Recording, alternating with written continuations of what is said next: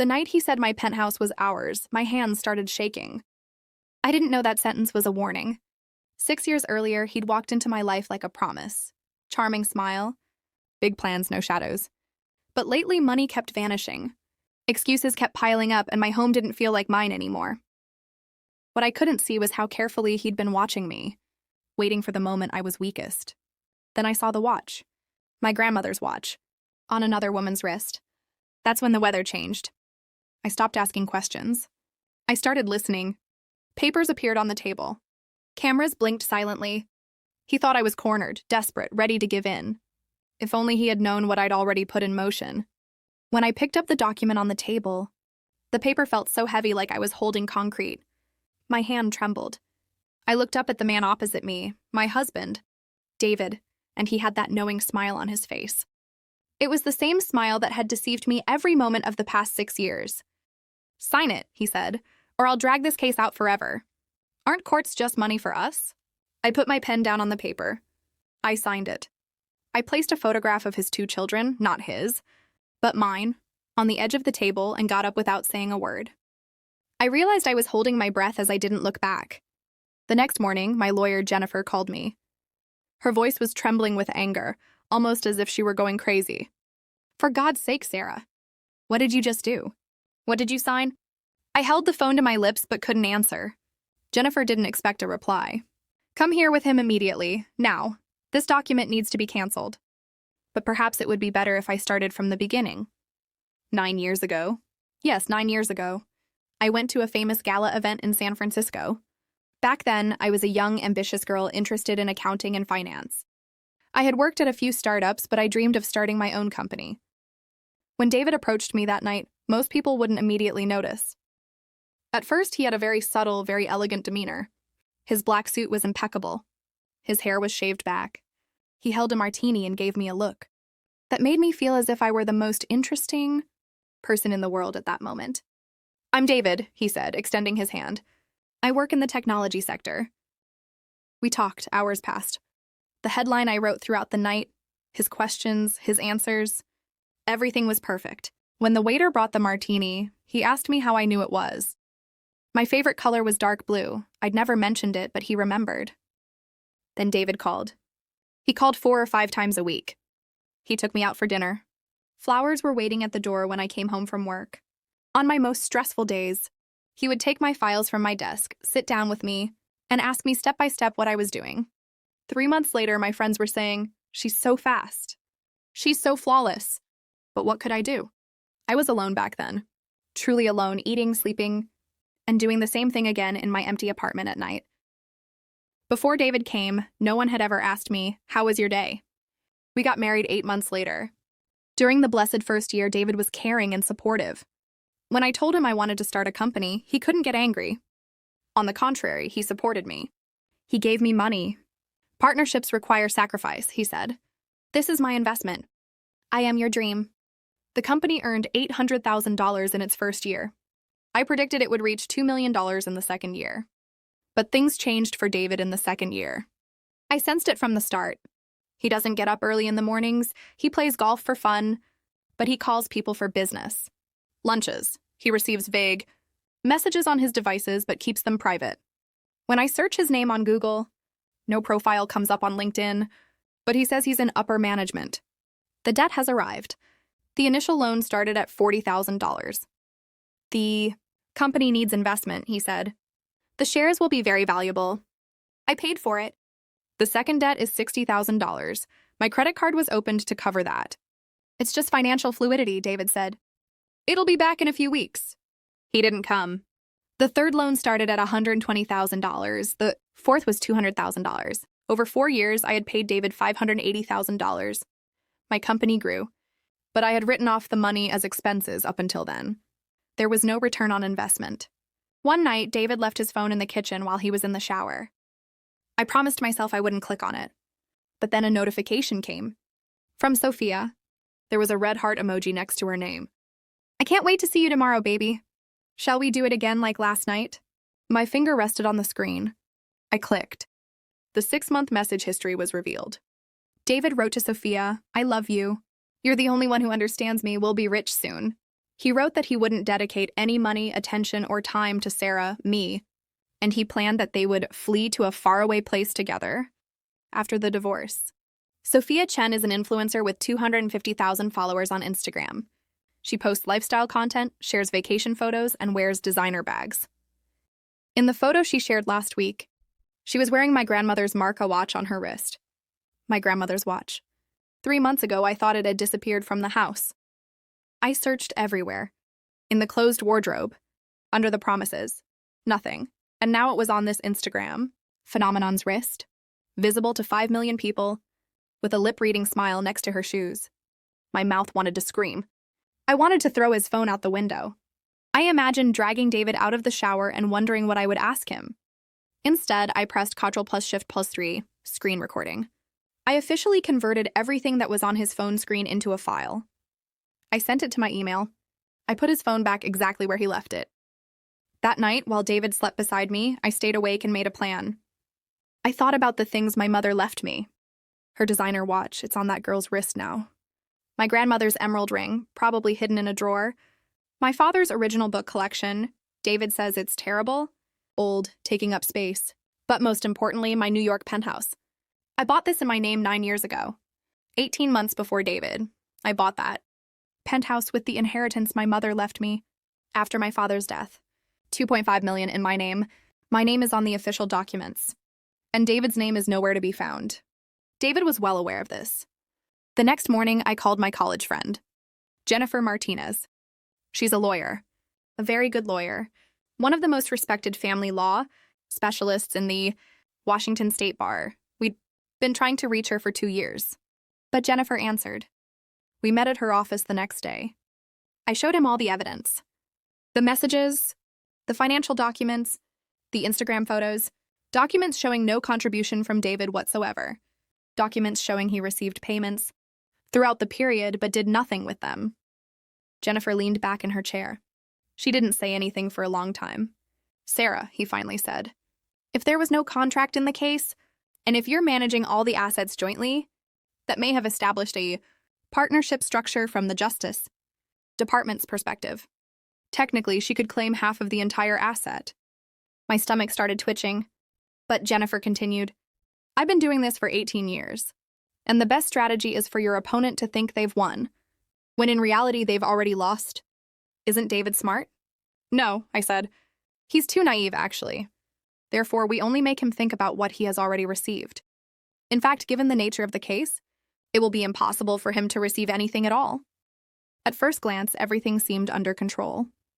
But as things progressed, it became clear that this appearance was only superficial. Some questions were left unanswered. Because they weren't asked, the answers never emerged. This silence became more pronounced over time. People generally seek solutions by talking.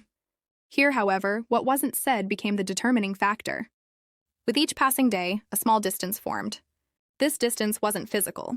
It was more of an emotional detachment. No one voiced it aloud, but everyone felt it. Expectations changed. Priorities shifted. And the process moved towards a point of no return. For the next 6 months, Jennifer and I worked secretly. I transferred the penthouse to a living trust. The Living Trust is an independent grounds organization that I founded, which owns the penthouse apartment. We didn't put David's name anywhere. The paperwork was very legal, very technical, and David, someone who hasn't even worked at the cafe on Sundays for the last 2 years, never read it. We established a new partnership structure for my company. My partners happily approved it. I had complete control over the entire operation and the systems I developed. Technically, even though David's name is in the document, those paragraphs confirm that I was the sole owner of the business. I documented all the debts, all the ventures that lacked investment. I defined all the gifts as debts that were actually coming back to me. And most importantly, I placed the camera everywhere in the penthouse. Inside the fake smoke detector. In the door frame. In the ceiling light. Video only, no sound because Washington State requires consent from both parties. For weeks, cameras showed what David was doing. His date with Sophia at home. Not searching for my jewelry box. Opening my grandmother's purse. Taking out the emerald ring and pearl earrings. And laughing, Soraya will never find this. She's so silly. My father putting his books in boxes and carrying them to Sophia's car. Until I turned 38, I didn't even consider whether I should keep quiet about David. But when that girl, that influencer, wore my data's emerald ring on social media, I came home. In my old room, there was an empty space where my father's books should have been. "David, have you seen this?" I asked, trying to control my voice. "Where's my father's collection?" "Ah, those books," she said, "weren't that awful." I got tired of opening the place. "I gave them to Sophia, and you didn't like them either." I locked her in the bathroom. I cried silently for an hour. When I went outside and wiped my eyes, I called Jennifer. "Let's continue," I said. Jennifer prepared a special document for me to sign. On the outside, it looked like a simple separation agreement. But deep down, David was relinquishing all his assets. Complete relinquishment, without any right of appeal. The plan was to get him to sign it without reading it. 2 weeks later, David came to me and we discussed his demands. "I want a penthouse," he said. "I want half the company and money every month." The face has been reconstructed. I acted like we were arguing. I acted like I was crying. I acted like I had lost. "Okay," I said finally, my voice trembling. "But my lawyer asked me to document the entire asset division." "It's just a formality," he said. David barely glanced at the documents. He was writing to Sophia in text. "Happy foreseeing," he wrote. He signed it. 3 days later, the hearing stopped in court. Go back to the document I started with. The transfer of the $2.5 million penthouse. It had no legal effect. My penthouse was already hidden in life security. David's name was never mentioned. The other document he signed? A complete waiver. No rights to claims. No future claims. Complete agreement. When David woke up that morning, he thought he had woken up in a penthouse. The smart home system didn't work. It doesn't recognize my voice. Access codes are disabled because I removed my access that night. "Call the building manager," I told him, my voice artificially calm. "I'm trying to ask the manager, but my name isn't on the property documents." David's name was never in the document. My credit card wasn't working. I deactivated the service. He tried to hail a ride. The card was rejected. He called Sophia. She didn't answer, because she was still awake. The police department was standing at her apartment door with a search warrant. Security cameras recorded everything David moved into Sophia's apartment. My father's books, my emerald ring, his designer watch, all of that. Jennifer had reported it to the police 2 days ago. Sophia was charged with theft and complicity. She was caught. Her camouflage career exploded. Brands cut off contact because she wasn't getting paid and cleaned up. Her 200,000 followers watched her image crumble in real time. He found himself in Spokane, living with his mother, somewhere else, receiving nothing, just time and justice. When considered individually, the events leading up to that point made sense. There were details that seemed insignificant on their own, but when put together, the picture became clear. Nobody had planned for it to be this way. Everything unfolded step by step. Some decisions were made out of necessity. Others created problems because they were postponed. Time played a decisive role here. There were moments of delay. There were misunderstandings of intentions. These were not clarified, because it became harder to talk. Silence became a habit. Habits prevented change. And the outcome became inevitable. Sitting in Jennifer's office, I read the certificates on the wall. Law school.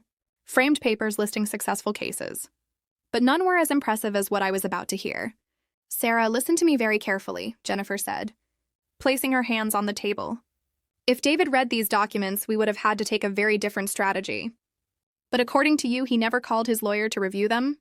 "No," I said. "He'd received the documents and signed them within 5 minutes. He was texting Sophia." Jennifer laughed.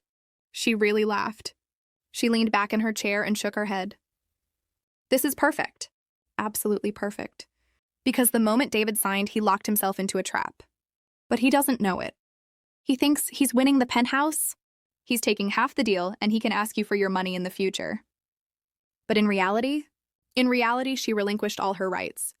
She has no rights whatsoever to the penthouse that entered into the life trust. She has no rights to the company.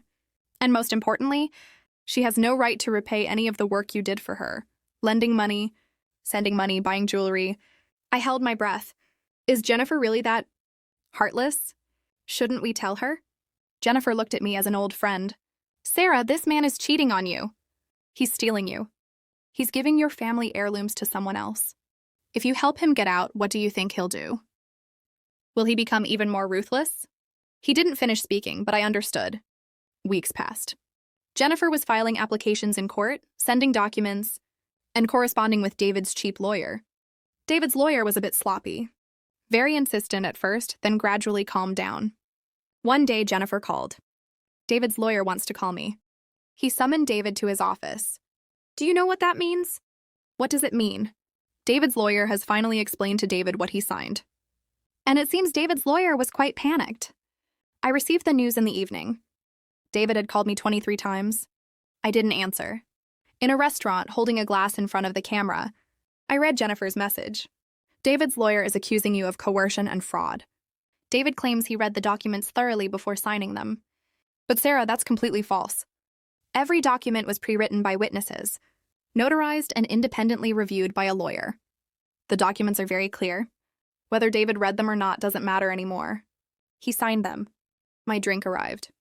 I smiled at her. 2 weeks later, David stood in the courtroom. He pointed at me. He wanted to cry. He wanted to scream. The judge arrived. All the documents were presented. David's lawyer explicitly called David mistaken in court. The judge chuckled once. The judge stated in court, if my client preferred to read the documents he signed, that is not a matter for this court. The language in the documents is clear and cannot be misinterpreted. David's lawyer even yelled at David in court.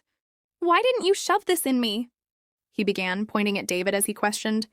Unfortunately, I didn't manage to explain the process quickly enough. And the judge ruled, David has no rights whatsoever. Penthouse is mine. The business is mine. And he needs to repay the majority of the money I've given him over the past 18 years. It took hours to calculate the amount.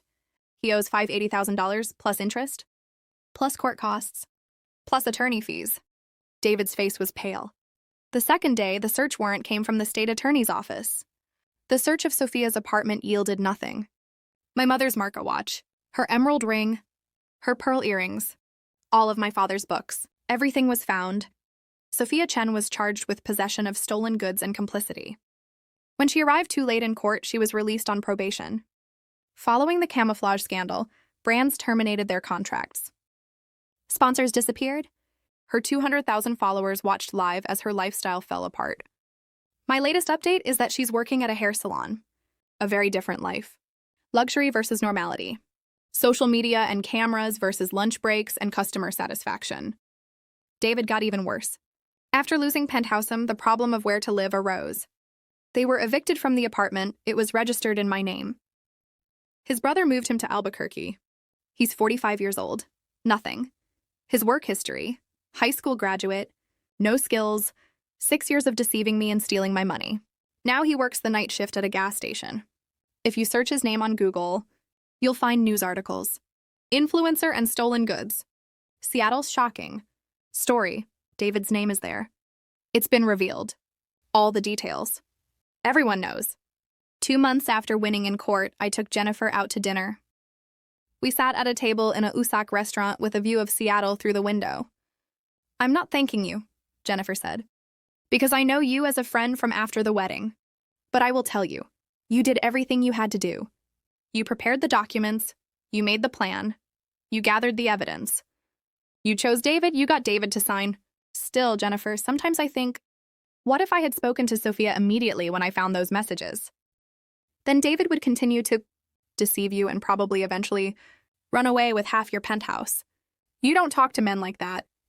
They just lie. He was right. When I started moving the penthouse back, I arranged new furniture in the corners. My father's books, all of which I found, were lined up back in their library. His emerald ring on my bracelet. His pearl earrings in my ears. His designer watch on my bracelet. I sat in the shower and cried. Yes, I cried. Not for David, for my mother and father, for my grandmother. I cried for the things they left me, and for this person who deceived and stole from those who gave them to me. But most importantly, I cried for myself. I cried for my naive self, for my young self, which had believed in the perfect smile of a 25-year-old man. That night, I watched New York City from the penthouse balcony. The lights twinkled. Millions of lives, millions of stories. People deceived like me. People who trusted what they had been through like me. And people who fought and won like me. My phone rang. David. It was the 27th time he'd called that day. I called Jennifer. David's lawyer is causing problems because he mentioned David can't pay the compensation. He can't. He has no other assets. He said the compensation period will be spread over 5 years. But David has no credit score and no money in his pocket. I finished my champagne. Is there a problem? Jennifer asked on the phone. No, justice is complete. I've never felt that before. 6 months later, the divorce was finalized. The court ruled David receives nothing. I receive everything. He pays $580,000 in court costs. That money never arrived in full. David has nothing in his pocket. But I don't care. It wasn't about the money, it was about securing my place. Sophia received conditional release in court. Community service as a response. She has to return every item. She has to make a public apology on social media. And she did. I watched her video. She's afraid of the cameras. Her hands are shaking. Her tongue is dry. Her face is flushed. What they told people was, I built my business on money. I lost it. I lost it completely. I wouldn't wish that on anyone. I watched it and felt no pity. I'm returning to Penthouse. I'm trying to get things organized. Months have passed. My father's books are now on the shelf. My grandmother's earrings are in a safe box. Her designer watch is on the bedside table, something that reminds me of her every morning. One evening, I sat by the window and poured myself a whiskey. My penthouse is empty but welcoming. The sky is orange at sunset. Maybe I should watch David working at a gas station in Albuquerque, just so I can watch those same movies. But I won't do that. I can't do that, because I can't reduce myself to that being just to get revenge. Yes, she chooses David as her lawyer and signs the papers. Yes, he steals. Yes, he cheats. But me, I just acted. I prepared the documents. I made the plan. I protected the evidence, and I recovered. I chose to stay at the penthouse. I'm reading my father's books. I'm wearing my grandmother's emerald ring.